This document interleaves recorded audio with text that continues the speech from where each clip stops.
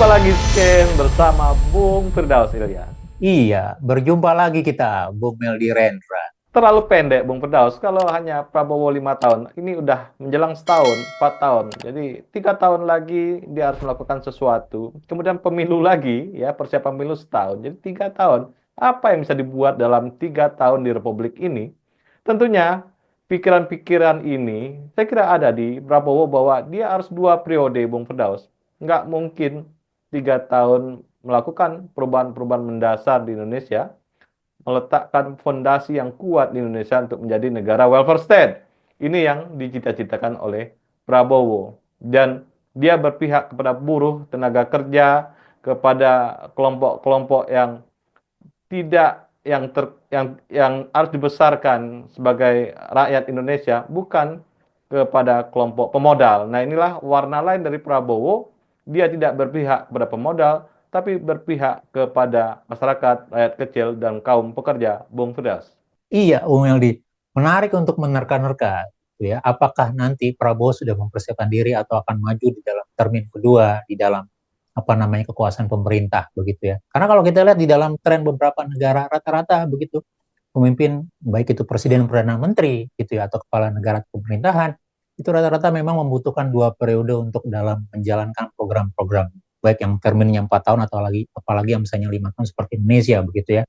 Trump saja yang sudah terpilih sekali walaupun kemudian diselangi oleh Joe Biden kemudian maju lagi begitu. Dalam sisi kampanye atau program tentu ini akan jauh lebih punya waktu di dalam merealisasikan program-program karena 1 termin atau 5 tahun tidak cukup untuk merealisasikan gitu ya, banyak hal-hal yang lain yang mesti dipersiapkan gitu. Tetapi di sisi lain gitu ya, kira-kira apakah seorang Prabowo Subianto gitu ya, kalau kita lihat di dalam beberapa artinya setelah 8 tahun setelah 8 bulan begitu ya, di akhir Mei ini kalau kita lihat misalnya bahwa Presiden Prabowo itu berkali-kali kalau kita coba record kita ingat ya setidaknya 3 kali pernah menyinggung Pilpres 2029 dan di dalam 3 kali komentar itu terakhir dalam acara organisasi sayap Gerindra begitu ya Tidar kalau tidak salah Presiden Prabowo mengatakan bahwa dia tidak tidak akan maju atau belum memikirkan maju dalam Pilpres 2029 begitu kalau kinerjanya tidak baik begitu. Bahkan beberapa waktu yang lalu Presiden Prabowo juga mengatakan kalau boleh dikatakan kira-kira dia memberikan nilai berapa untuk kinerjanya, dia mengatakan nilainya 6 begitu. Artinya seperti yang Bu Meldi katakan tadi gitu ya, dalam kampanye populis Presiden Prabowo walaupun tidak secara langsung mengatakan tapi sudah menyinggung berkali-kali begitu ya, dia belum mempersiapkan diri untuk maju sebagai presiden di dalam putaran 2029 nanti begitu. Tetapi kalau kita mau coba lihat lagi dalam histori beberapa presiden ke belakang, Bu Meldi, tidak ada presiden dalam setahun pertama atau beberapa bulan pertama yang secara langsung tidak langsung, termasuk partai politik yang menyinggung untuk kekuasaan termin berikutnya gitu. Jadi kita boleh katakan bahwa Presiden Prabowo atau koalisi pendukung Prabowo sudah mulai cukup berambisi mempersiapkan Prabowo untuk termin berikutnya begitu. Artinya apa?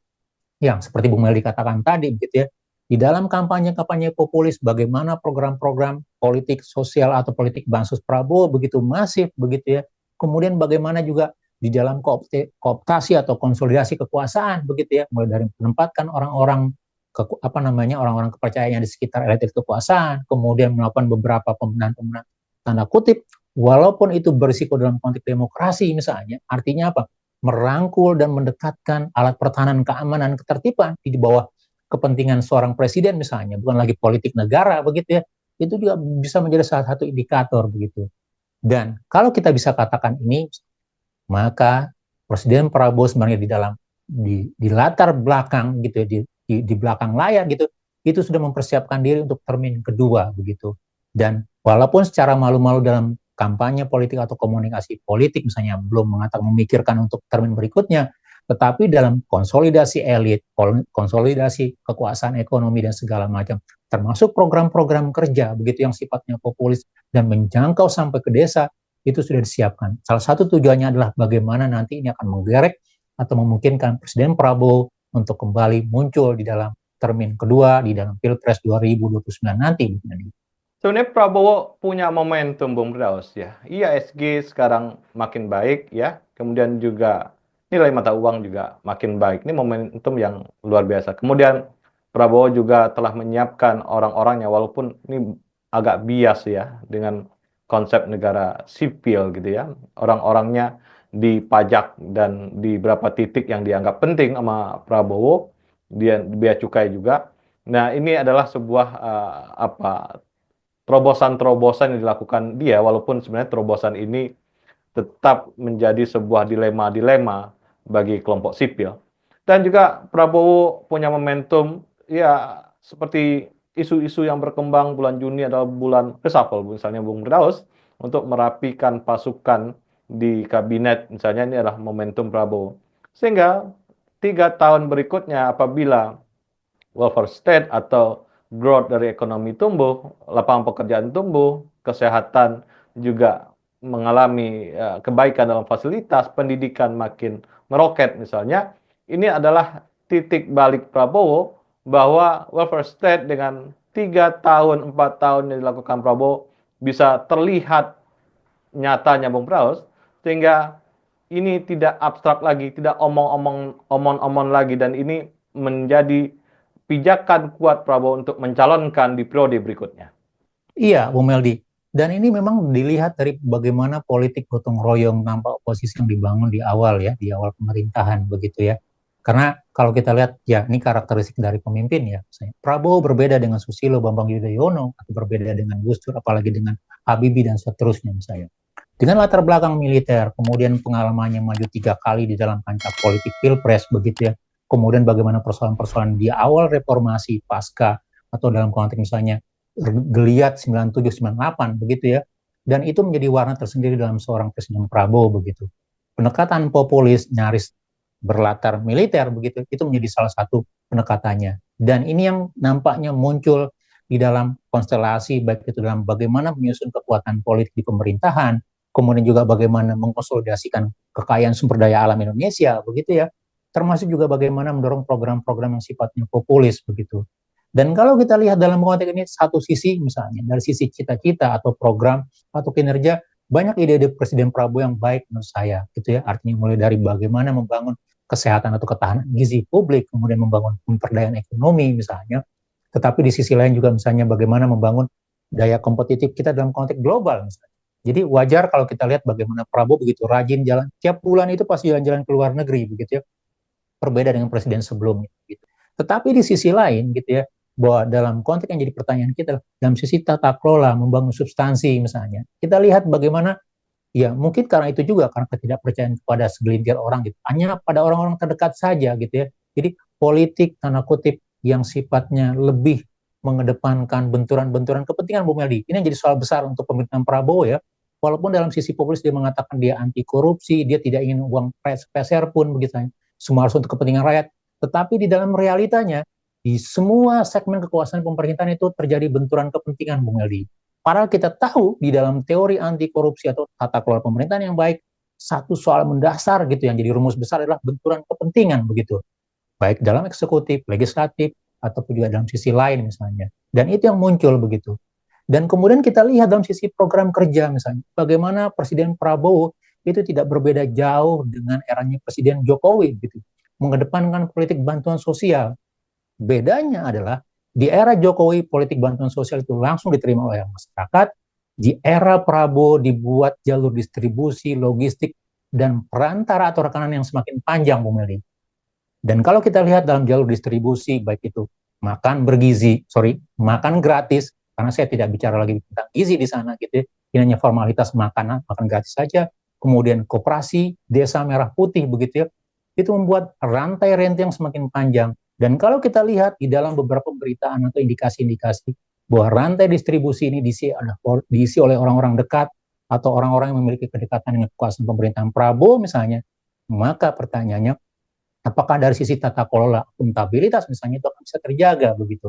Walau dalam sisi ide besar makro begitu ya, cita-citanya baik begitu ya, apa yang akan dicoba didorong kepada publik itu baik, tetapi dalam tata laksananya ini yang jadi soal. Jadi saya pikir ini juga nanti akan menjadi catatan penting di dalam kira-kira apakah langkah Presiden Prabowo menyiapkan termin kedua atau 2029 itu akan cukup lancar gitu ya, atau banyak menemukan kendala-kendala atau kerikil atau catatan atau sandungan di dalam prosesnya nanti, Bung Meli. Sebenarnya Prabowo juga banyak yang bisa dia lakukan, terutama yang tidak membutuhkan apa proses-proses panjang, Bung Firdaus. Sebenarnya penegakan korupsi penegakan hukum, terutama masalah korupsi, Bung Firdaus, itu bisa dilakukan dengan cepat ya, dengan menggunakan Kejaksaan Agung, sehingga terutama urusan-urusan korupsi masa lalu pada zaman Jokowi ini bisa dituntaskan setuntas-tuntasnya, Bung.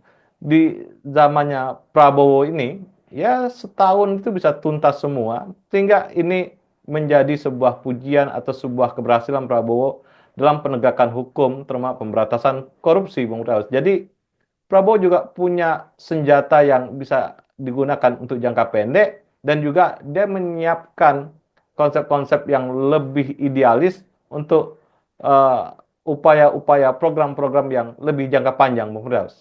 Iya, betul. Dan kalau kita lihat salah satu indikator yang banyak nanti dibahas dalam kinerja pemerintahan atau presiden adalah tata kelola pemerintahan anti korupsi dan segala macam. Apakah pemberantasan korupsi di era Prabowo itu membaik atau tidak kalau kita mencoba bandingkan era sebelumnya? Tetapi kalau kita lihat dalam beberapa sinyalemen misalnya, teori korupsi sederhana, korupsi dasarnya itu berada pada aparat penegak hukum dan peradilan begitu. Dan apakah ini yang mendapat prioritas dari pemerintahan Prabowo? Nampaknya tidak, saya melihat. Bagaimana extraordinary atau apa namanya corruption karena misalnya kelembagaan atau institusi kekuasaan itu malah tidak mendapat PR besar gitu. Dan kita lihat lagi dalam konteks keuangan negara misalnya, bagaimana misalnya dengan kemunculan Dana Antara, kemudian revisi Undang-Undang BUMN, Bu Meldi. Artinya apa? BUMN bukan merupakan bagian dari keuangan negara, begitu ya. Padahal di Undang-Undang Keuangan Negaranya masih gitu ya. Artinya apa? Akan ada benturan-benturan antara lex spesialis dan lex generalis. Ketika kita berdebat dalam konteks misalnya keuangan negara, dia bagian keuangan negara, tetapi ketika kita bicara kelembagaan, begitu ya, dia bukan begitu. Jadi ini juga menjadi satu soal. Dan kalau kita lihat lagi, tidak ada fokus di dalam penegakan korupsi pada penyelenggara negara dalam hal ini misalnya penegak hukum ataupun juga peradilan gitu. Karena apa? Satu yang diharapkan dulu berada pada ranah KPK gitu ya, tetapi di dalam periode terakhir Jokowi itu lumpuh total pasca revisi begitu ya. Kemudian hanya menjadi semacam ya pemenuhan syarat saja, ada KPK di sana begitu ya, tetapi yang akan coba dibesarkan adalah kejaksaan tanda kutip gitu. Artinya apa? Pembenahan mendasarnya tidak terjadi, yang muncul hanya gimmick-gimmick dalam pemberantasan korupsi misalnya. Maka menjadi persoalan apakah yang menjadi mimpi besar Prabowo menyelamatkan sekian ribu triliun keuangan negara itu terjadi. Tidak serupiah pun misalnya di korupsi itu akan terjadi. Itu menjadi pertanyaan kita begitu. Jadi dalam konteks ini saya melihat misalnya periodenya masih cukup panjang begitu, maka Prabowo bisa melakukan banyak perbaikan di dalam tata kelola, terutama anti korupsi. Kalau itu dilakukan, Bu Meldi, gitu ya, mengurangi atau membatasi benturan kepentingan, kemudian penegakan korupsi yang komprehensif misalnya, maka bisa jadi tiket untuk termin kedua itu semakin digenggam, gitu, kepercayaan publik semakin tinggi dan tidak menjadi kendala untuk maju lagi nanti. Terima kasih, Bung Firdaus. Iya, sama-sama Bu Meldi, terima kasih banyak. Salam Indonesia bersih. Salam Indonesia bersih.